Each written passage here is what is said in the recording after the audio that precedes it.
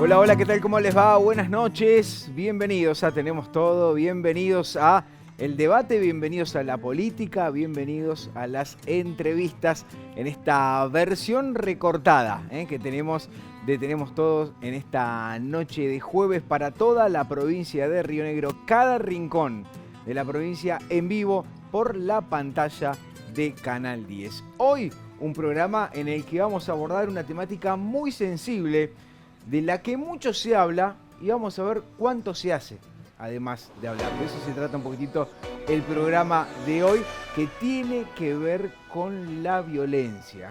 Prepárense porque vamos a abordar este tema con una persona indicada, creemos nosotros, para hablarlo, por lo menos en lo que sucede para la provincia de Río Negro. Primero saludo a mi compañera, Graber Solís, buenas noches. Hola Pablo, ¿cómo te va?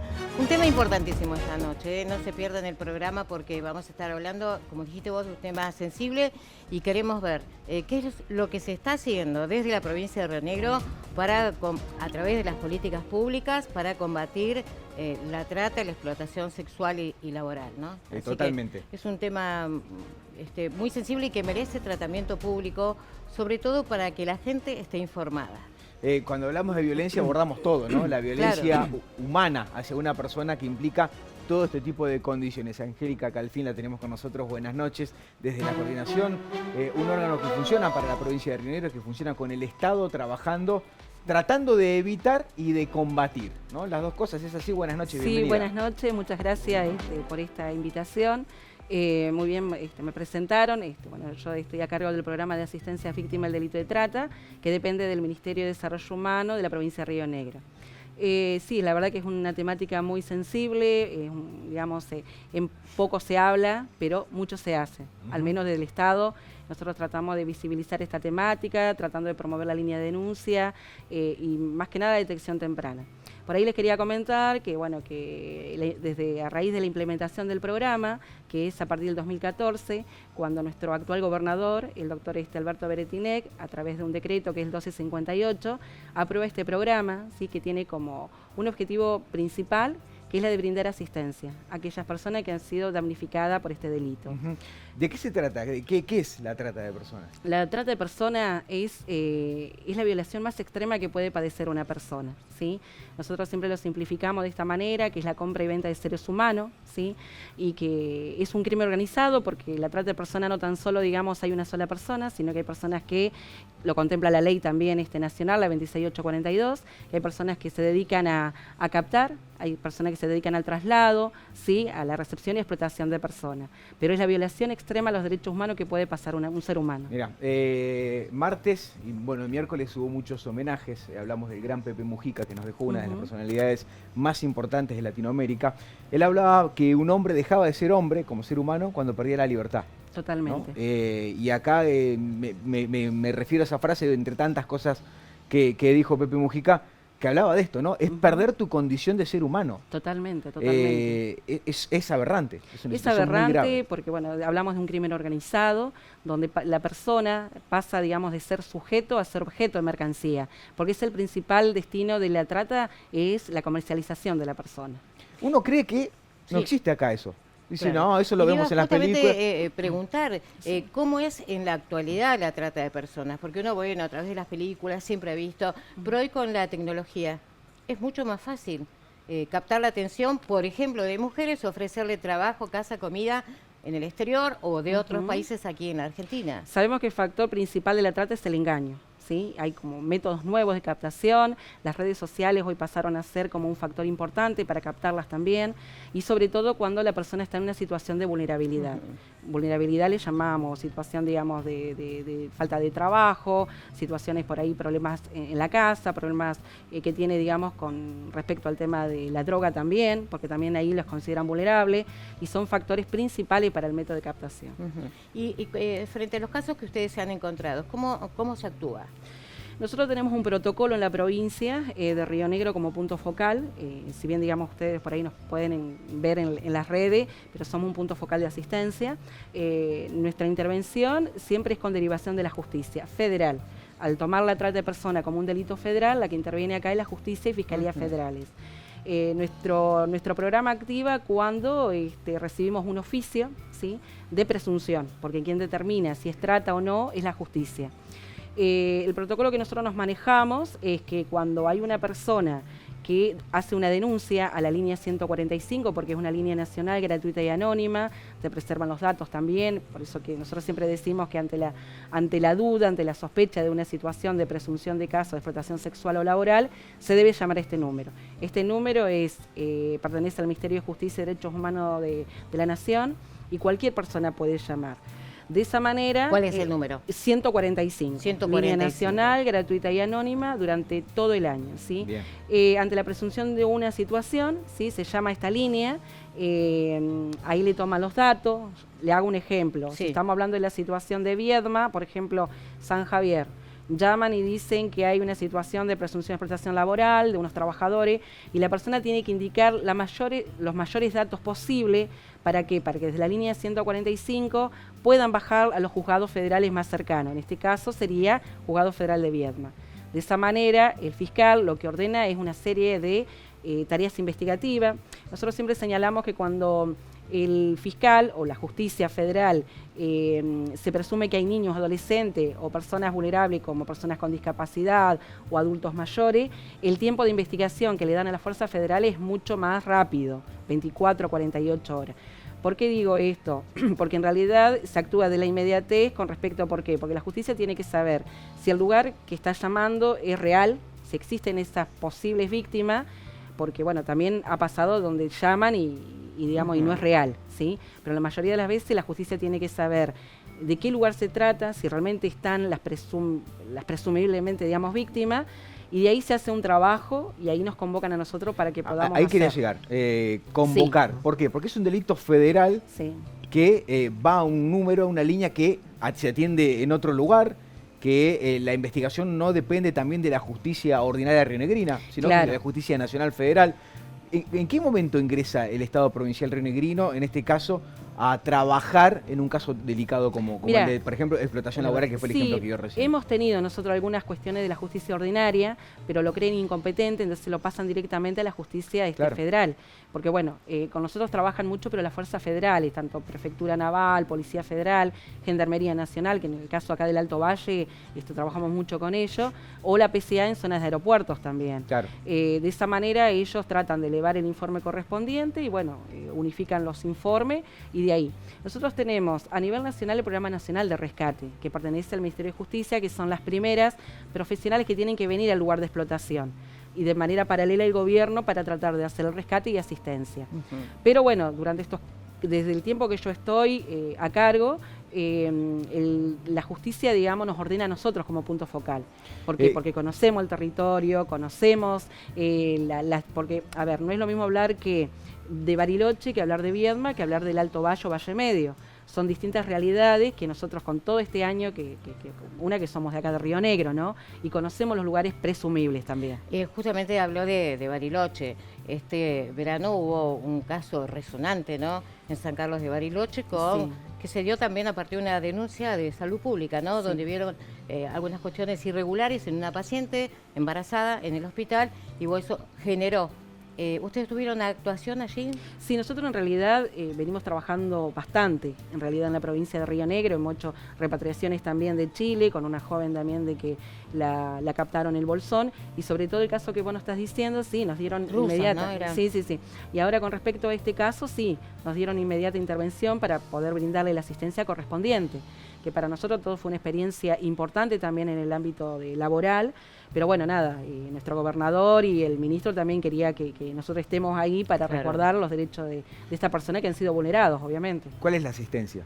La asistencia la primera asistencia consiste en tomar contacto con las presuntas víctimas, ¿sí?, y brindarle todo lo que pueda llegar a necesitar, ya sea el tema de un resguardo, el lugar de alojamiento, bueno, y en este caso particular, bueno, estuvo salud acá acompañando. Porque, y demás. Digo, primero debe ser miedo, la persona no debe querer hablar por miedo, por temor, si no encuentra condiciones de seguridad para poder expresar. Claro, lo que nosotros, es muy difícil que pueda contar lo que le pasó. Por lo general el equipo, lo que nosotros hacemos, creamos como cierta empatía con la persona, ¿no? Claro. Porque bueno, nosotros tenemos, digamos, la suerte de pertenecer a un organismo provincial que es de desarrollo humano.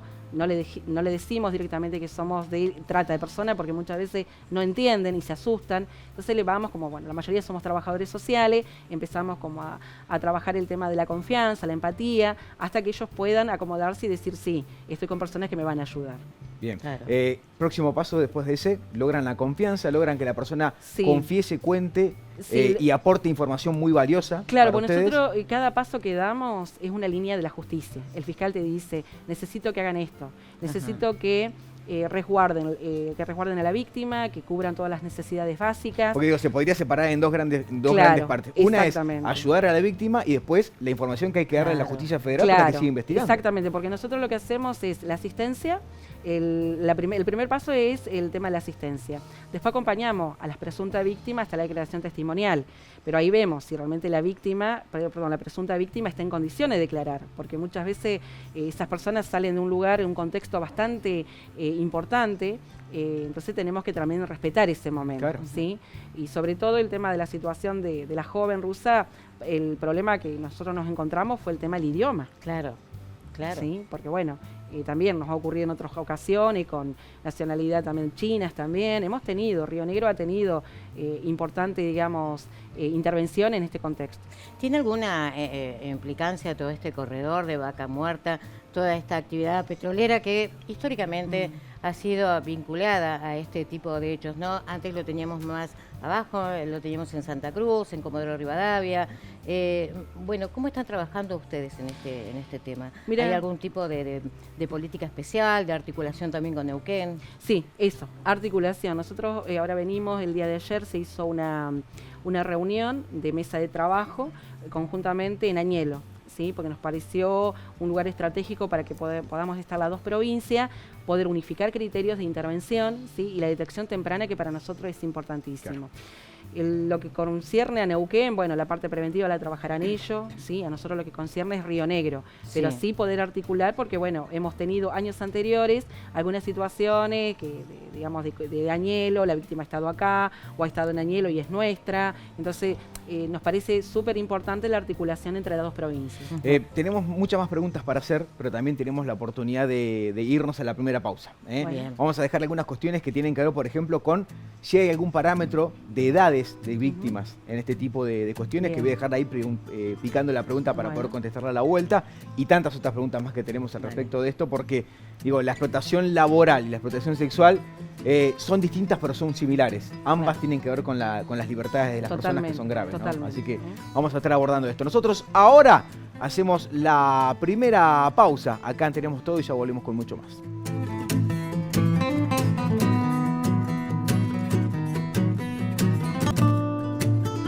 Seguimos en Tenemos Todo, seguimos en esta charla muy especial que tenemos abordando una temática muy compleja y que en estos días va a estar seguramente en la tapa de todos los medios de la región, porque justamente vamos a abordar próximamente un juicio que tiene que ver con la violencia hacia las personas vinculadas a la trata de explotación laboral o sexual, en este caso laboral, porque vamos a tener un caso muy importante de la que vamos a hablar en un ratito. Pero primero vamos a retomar con Angélica, nuestra invitada, una pregunta que hemos quedado antes de irnos a la pausa, que tiene que ver con las edades, porque uno presume que suele ser gente muy joven, ¿no? Para ser captada por esta red de trata de personas o de explotación laboral. ¿Es así? ¿Hay algún parámetro de edades que muestre una situación de este tipo? Mira, nosotros en realidad cuando vos hablas de trata de personas no hay edades, ¿sí? Pues nos podemos encontrar con niños, con adolescentes, en situación también de trabajo infantil o trabajo forzoso, o en edades determinadas por explotación sexual. No tenemos un parámetro nosotros puntual de que diga así, mirá, porque hemos tenido casos también en otra región, digamos en otra localidad, donde se han captado señoras ya incluso hasta grandes, o sea, personas adultas, ¿no? Pero no tenemos una franja etaria donde decir, bueno, estas edades quizás sean más proclive o más vulnerable de tener, no sé, entre 15 y 22 años. ¿Y en cuanto a género, prevalece en las mujeres o tampoco se da? No, en realidad todavía, nosotros no hemos tenido todavía una cuestión. Sí hemos tenido años anteriores en seguimiento, chicas, digamos, de la comunidad LGTB, o sea, chicas trans hemos tenido también, porque también las consideramos una población vulnerable, ¿no? Claro. Pero no tenemos, digamos, una franja o una cuestión, digamos, que diga sí, esto puede ser más vulnerable. Que Uno presume que a lo mejor el engaño se da más fácil en personas más claro, jóvenes. Exactamente, ¿no? Sí, por eso nosotros apuntamos también, esto no me quería olvidar porque además, digamos, de la tarea de asistencia que llevamos adelante, tenemos como eje complementario a la asistencia talleres, ¿sí? Y charlas informativas que se dan en las escuelas, tratamos también digamos, de la detección temprana en lugares determinados, charlas informativas, agentes sanitarios, a salud, educación, sobre todas las cosas eso, llegar a las escuelas, incluso ahora la próxima semana vamos a estar en Fernández Oro con una jornada intensa, vamos a estar dando talleres a más de 500 alumnos, por lo que me acaban de decir. ¿Esto es para escuelas? Esto para escuelas, tenemos el taller Eduquemos en Trata, que el objetivo principal es brindar herramientas a los adolescentes para que estén atentos a esto, claro, ¿no? Ante ofertas laborales, cuestiones que tienen que ver en las redes sociales. Hace poco surgió, poco surgió que un importante influencer de los medios promocionó una red de trata sin querer, dice él, claro, que fue sin querer, ¿no? Convocando ellos convocando a chicas jóvenes si quieren para ir a Rusia. Exactamente, ese caso. En ese caso era destino Rusia. Fueron denunciados en la justicia. Gravísimo. Sí, está en proceso de investigación todavía. Claro, bueno, eso es quizá lo que le podemos decir a los televidentes, ¿no? Madres, padres que están mirando en este momento, estar atentos, ¿no? Estar atentos, sobre todas las cosas, más con los adolescentes, ¿no? Cuando uno es papá o mamá, los chicos se sienten como, de alguna manera, avasallado por el papá que le dice, che, ¿con quién te estás chateando? Pues no sabemos detrás de la pantalla quién está, ¿sí? Entonces, por eso es importante también la comunicación.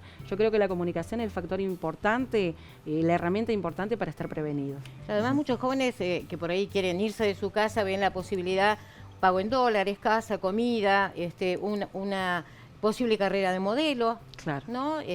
Bueno, cuando la limosna es grande, bueno, hay que desconfiar. Hay que desconfiar, ¿no? sobre todo. Hay que desconfiar de esto. Y estar informado, porque también es responsabilidad de la gente mantenerse informado. Sí, porque los programas están, las políticas están. Sí, sobre todo nosotros en las escuelas, en el secundario, sobre todo cuarto y quinto año, también decimos de que si ellos son convocados a una entrevista laboral, que no vayan solos, claro, ¿sí? Que por ahí si papá, mamá no le tienen confianza, porque por ahí sucede esto, dice no, porque mi mamá no quiere que trabaje, o papá que no, y le decimos, bueno, que sea un profesor, o alguna vecina, alguna amiga, alguien que sepa que vos vas a ir a tal lugar, ¿sí? Que sepan por lo menos de qué se trata todo eso. Parece increíble que a esta altura del siglo XXI tengamos que estar hablando de los chicos que vayan con alguien a una entrevista laboral, ¿no? Totalmente. El problema es cada vez mayor, ¿no? Con el tema de la tecnología. Claro. ¿No? Porque está muy al alcance. Es como que todos estamos expuestos. No, de hecho uno creería que esta situación de esclavitud que se da en algunos ambientes laborales que están relacionados a la trata de personas, también creíamos que con el avance de la tecnología no se iba a poder dar más, y sin embargo sigue sucediendo, ¿no? Claro. ¿Y qué podemos considerar violencia laboral? ¿Cuáles son los parámetros a tener en cuenta? Bueno, lo sexual lo entendemos, pero ¿qué es violencia laboral? Lo que es la trata laboral, nosotros tenemos como 3 indicadores importantes. Primero, el exceso de la carga horaria laboral, que es lo que prevalece la ley nacional, las condiciones que muchas veces ellos trabajan, y el salario, que está por debajo, digamos, de Vital y Móvil, digamos, un sueldo rebajo. Son como 3 condiciones que nosotros siempre tratamos de ver. Después son otros indicadores, digamos, y muchos trabajadores migrantes o mal llamados los golondrinas, que muchas veces los pasajes, digamos, se los paga la persona que lo emplea acá. Entonces, a tener en cuenta la comunicación, digamos, los lugares que ellos, por ejemplo, pueden llegar a estar. Y muchas veces te encontrás con cuestiones que no son denuncias de presuntamente explotación laboral y no es trata. Que pasa por otra cuestión, pasa más que nada por la transgresión de las leyes laborales, por ahí el trabajo informal. Bueno, esto es importante, no mezclar los conceptos. Claro, no mezclar los conceptos, por eso nosotros acá en Río Negro tenemos esa articulación tan fluida con la Secretaría de Trabajo de acá de la provincia. Nosotros cada operativo que vamos o allanamiento, siempre lo hacemos de manera conjunta con la gente de Renatre, con la gente de Huatre, pero sobre todo Secretaría de Trabajo y Renatre, que son los que siempre nos acompañan. No es lo mismo encontrar una violación a la ley del trabajo, que encontrar una situación de trata de explotación laboral. Claro, por ejemplo, cuando les retienen los documentos, ¿no? Sí, les retienen los documentos. Años anteriores, te estoy hablando 2015, 2016, nos encontramos con una situación en una localidad acá de Río Negro, donde le retenía a la persona, pero porque en realidad la parte, digamos, había una persona de un negocio que le retenía el documento al trabajador, entonces el trabajador si no pagaba le retenía los documentos. Una especie de fiado, claro. ¿Entendés? Como una especie, y eso no se puede hacer de ninguna manera, y la justicia federal ordenó a la Fuerza Federal que inmediatamente se le restituya el DNI, porque era uno de los agravantes que estábamos trabajando. Claro. Se viene un juicio ahora en estos días muy importante en el que el Estado de Río Negro va a participar, con una causa que involucra una importante cantidad de personas también de estos mal llamados trabajadores golondrinas. Sí, nosotros hace un tiempo importante nos convocó la Justicia Federal porque, bueno, también esto, ¿no? Se inició todo con unos trabajadores que habían venido, ¿sí? De la provincia del norte, habían venido siempre, ¿no? Digamos, con la necesidad de tener un trabajo, vinieron supuestamente por caminos clandestinos, pero bueno, nada, habían dos adolescentes, que uno de ellos logró escaparse, y fue el que en medio de la ruta pidió auxilio y ahí se activó el protocolo y de manera inmediata fuimos, digamos, con una fuerza federal que digamos que designó la justicia en Viedma y se ordenó porque en realidad se encontraron indicadores de delito de trata, o sea, trata de personas, más allá, digamos, las condiciones infrahumanas en que se encontraban. Tuvimos que hacer el rescate de 26 trabajadores, resguardarlo hasta que, bueno, tuvieran la declaración. ¿En qué condiciones estaban esos 26 trabajadores? En condiciones infrahumanas, desde que tomaban agua de una sequía, que comían palomas, comían pajaritos, primero que no estaban ubicados en tiempo y espacio. No sabían qué hora era, digamos, carecían del lugar, no sabían dónde estaban porque lo habían traído en horas de la noche. O sea, eran personas muy humildes. Muy humildes, porque después hicimos el cruce de información con mis compañeras del norte y bueno, eran personas, digamos, todos con familia, una carga de familia importante y bueno, y con la necesidad de trabajo vienen y lamentablemente en las condiciones que los encontramos, hacía días que no estaban recibiendo un alimento, así que lo que hicimos tratar de rescatarlo hasta un lugar de resguardo, hasta que estuvo la declaración testimonial y después con el organismo nacional repatriarlo, porque eso era lo más importante, porque ellos querían estar en su lugar de origen. ¿Contra quién es el juicio? El juicio es contra personas que estaban ahí, que primero dijeron que no eran dueños de la chacra, pero después la justicia investigó y sí. Eran los dueños. Sí, claro, o sea, ¿no? Que habrían recibido a estas personas para que les trabajen 24/7. Sí, en esas condiciones, lamentablemente. ¿Con qué carga se queda cuando trabaja en este tipo de hechos, Angélica?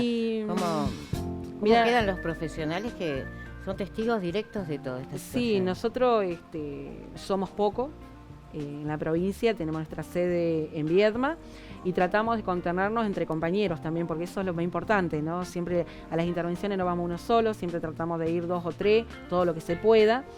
Y la satisfacción queda cuando realmente vos haces el rescate, ¿sí? Porque siempre es la primera vez, como todo, más nosotros cuando nos recibimos de trabajadora social o psicóloga, siempre hay un caso que te moviliza. Pero por ahí por los años, las experiencias que te va como formando, no es que no te llegue a movilizar, lo tomás con otra mirada, la mirada más objetiva, que es rescato a una persona, la rescato de una libertad que estuvo totalmente avasallada, ¿entendés? Entonces la satisfacción nuestra es esto, ¿no? Que por lo menos el punto focal acá de la provincia de Río Negro, incluso hemos tenido otro juicio. Entonces eso también valora del trabajo que estamos haciendo, que el Estado está presente. Si uno queda abatido ante una situación como esa, no puede actuar. Y no, porque te bloqueas, porque se trata de personas. Siempre decimos eso y que por eso nosotros siempre animamos y siempre alertamos esto, que las personas llamen, ¿sí? Porque una llamada puede salvar vidas, porque no sabemos en qué contexto se encuentran. Lo que sí, nosotros nunca vamos solos, o sea, el organismo nunca va de manera particular con un oficio, no, siempre vamos con la Fuerza Federal que determina el juzgado. ¿Por qué? Porque somos un organismo civil.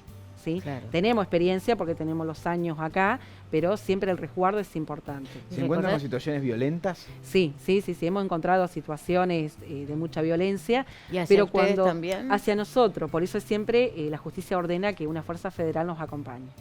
¿Y algún caso que te haya quedado como particularmente por alguna circunstancia? Sí, mira, nosotros sabemos que cada situación que nosotros hacemos rescate o asistencia, porque no todas las situaciones que nosotros abordamos son trata, de manera particular cuando se violentan, más que nada cuando hay niños o hay adolescentes o hay adultos mayores.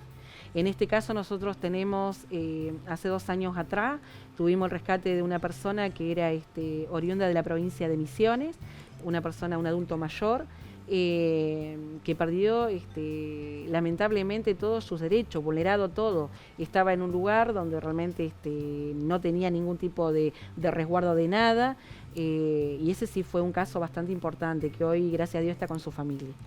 Claro, ¿no? Sí, yo le quiero consultar, en este contexto, si cree que se necesita más ayuda, si el Estado podría hacer más con más recursos y con más personas. Nosotros siempre partimos de la corresponsabilidad de todos, tanto de educación. Ustedes, por ejemplo, este espacio para nosotros es súper valioso, ¿sí? Porque ustedes están visibilizando una temática que asusta, pero no debería asustar, porque en realidad, si todos nos ponemos del lugar de la corresponsabilidad, qué es lo que me toca a mí, ¿sí? En los medios de comunicación, qué es lo que me toca a mí en educación, en salud, y el Estado somos todo, ¿sí?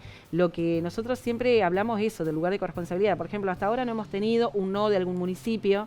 Las veces que hemos salido a hacer algún tipo de asistencia, obviamente yo soy coordinadora, le tengo que poner en conocimiento a mis superiores, que es el secretario de Políticas Públicas y Personas Mayores, Fernando Enrique, y bueno, y Juan Pablo Muena, que es nuestro ministro. O sea, cada lugar que nosotros vamos, llegamos, cuál es el resultado, qué es lo que necesitamos, los dos están siempre en contacto y en sintonía. Entonces, si necesitamos algo de tal municipio, algún tipo de asistencia, porque a veces nos toca, no tenemos alojamiento en la provincia, pero sí tenemos convenio con hoteles o lugares determinados que no podemos dar los domicilios por la privacidad y el resguardo, o los lugares de refugios que tenemos.